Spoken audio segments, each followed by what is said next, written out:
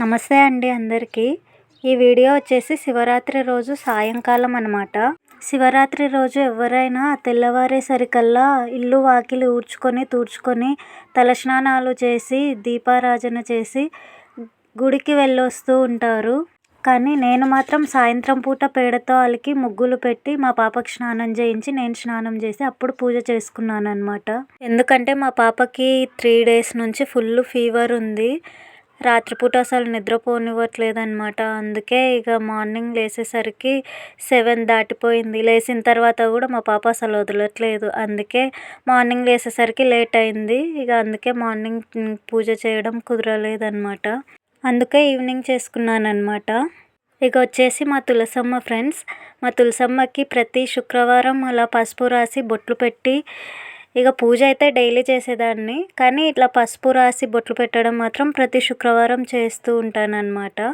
ఇలా తులసమ్మకి ప్రతి శుక్రవారం పసుపు రాసి బొట్లు పెట్టడం మాత్రం ఎప్పుడు చేస్తూనే ఉన్నాను. కానీ పూజ మాత్రం ఇప్పుడు చేయట్లేదండి. ఓన్లీ పండగలకు మాత్రమే చేస్తున్నాను. దానికే ఒక కారణం ఉంది. అది ఎప్పుడన్నా ఇంకో వీడియోలో చెప్తాలే. మరి వీడియో లెంతీ అయిపోతుంది కదా. ఇక రోజు ఇంట్లో పూజ ఇప్పుడు ఎందుకు మానేశాను ఇంకో వీడియోలో ఎప్పుడైనా చెప్తాలే. ఇక వచ్చేసి నేను ఇక్కడ తులసమ్మకి బొట్లు పెడుతుంటే మా పాపనేమో ఆ బొట్టు కాస్త తీసుకెళ్ళి మా వారికి పెడుతుంది. ఇక వచ్చేసి నాకు దేవుడి పూజలు అంటే చాలా ఇష్టం అన్నమాట. అందుకే ప్రతిరోజు ఇంట్లో ఖచ్చితంగా పూజ చేసేదాన్ని. కానీ ఇప్పుడు చేయలేకపోతున్నందుకు కొంచెం ఎలాగో ఉంది. కానీ పాప కోసం తప్పదు కదండి. అందుకే ఇక ఇప్పుడు డైలీ అయితే చేయట్లేదు. ఓన్లీ ఫెస్టివల్స్కి మాత్రమే చేస్తున్నా అనమాట.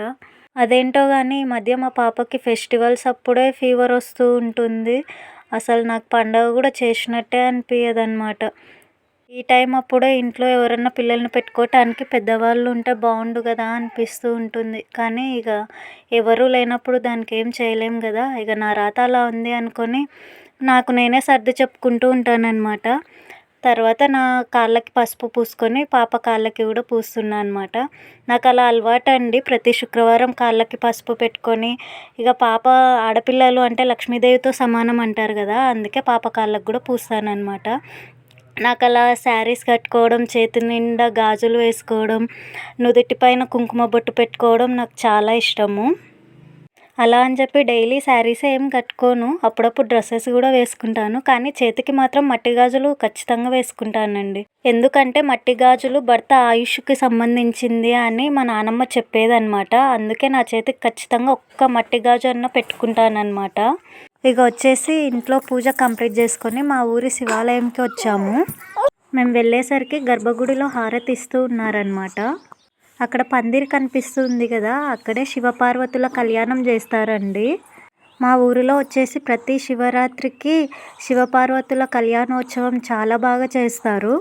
శివుడి విగ్రహాన్ని ఒకరింట్లో పెట్టి అది శివుడి యొక్క పుట్టిల్లు అని, పార్వతీదేవి యొక్క విగ్రహాన్ని ఒకరింట్లో పెట్టి అది పార్వతీదేవి యొక్క పుట్టినిల్లు అని చెప్పి ఆ 2 విగ్రహాలని మళ్ళీ తీసుకొని వచ్చి ఒక ఊరేగింపుగా తీసుకొచ్చి గుడికి తీసుకొచ్చి అక్కడ ఆ గర్భగుడిలో నుంచి ఆ మండపంలోకి తీసుకెళ్ళి సేమ్ మనుషుల యొక్క కళ్యాణం ఎలా చేస్తారో అలానే శివపార్వతుల యొక్క కళ్యాణం చాలా ఘనంగా జరిపిస్తారండి. అలాగే నందికొల్ల షావ అని మీకు తెలుసో తెలీదో మరి, అలా మా ఊర్లో నందికొల్ల షావ అని చెప్పి చేస్తూ ఒక ఊరేగింపుగా ఇక్కడ కనిపిస్తున్నాయి కదా శివపార్వతుల విగ్రహాలు. ఆ విగ్రహాలనే ఊరేగింపుగా తీసుకొచ్చి నందికొల్ల షావ ఆడుతూ గుడికి తీసుకొచ్చి అలా కళ్యాణం చేస్తారనమాట. నైట్ మొత్తం జాగరణం చేస్తూ శివుడు యొక్క జ్ఞానంలోనే ఉంటారు అందరూ.